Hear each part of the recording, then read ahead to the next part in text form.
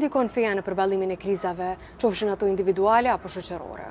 E them prej pikës së motivimit. Do të thonë, nëse ju besoni në një Zot i cili epiqendër e ka njeriun të shpalljes, të dërgimit të profetëve, në ato shpallje, në ato revelata ka kultivuar vlera të tilla në të cilat thuhet Zoti yt asnjëherë nuk të braktis, apo dhe asnjëherë nuk është i hidhëruar me ty.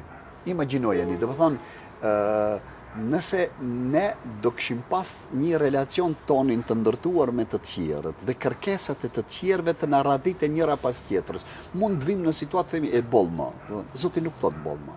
Do të thonë, ai thot kur do që robi pyet për mua, unë jam aty. Janë dimensione të jashtëzakonshme të afërsisë që Zoti e ka në relacion me njeriun, veçmas ai që më i ka besuar dhe janë nënshtruar vullnetit të tij. Shifni, kur do, nuk është nëse, për shembull Zoti nëse do kishte thënë nëse robi im pyet, atëherë është me kusht. Por thot kur do.